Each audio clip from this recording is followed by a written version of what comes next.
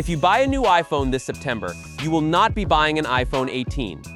Apple is reportedly skipping the base model entirely this fall, leaving only the Pro Max, and the brand new foldable on stage. The standard iPhone, the one most people actually buy, is not launching until spring 2027.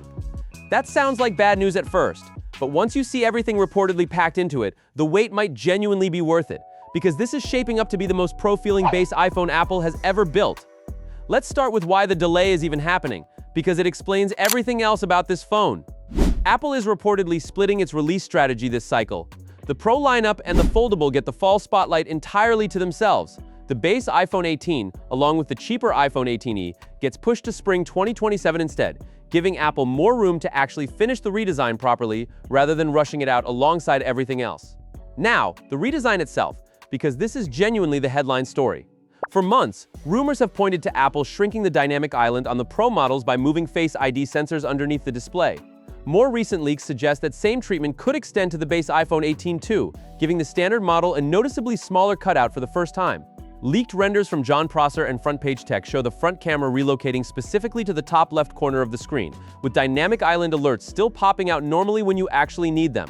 Not every source agrees on exactly how far this redesign goes, but the direction is consistent. Apple is reworking the front of even its cheapest iPhone this generation.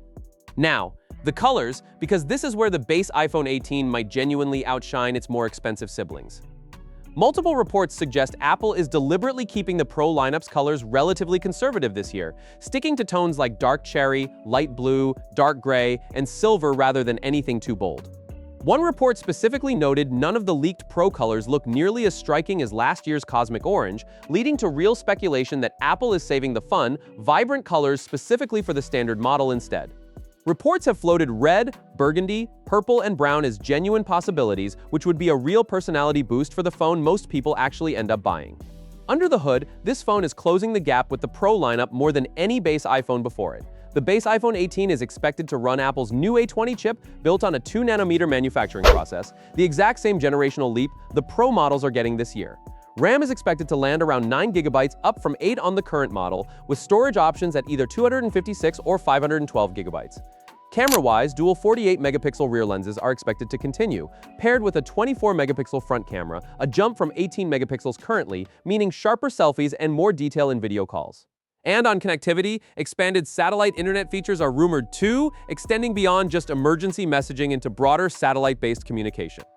Now, here is a detail that adds real context to why Apple is putting this much effort into a phone most people consider the boring option.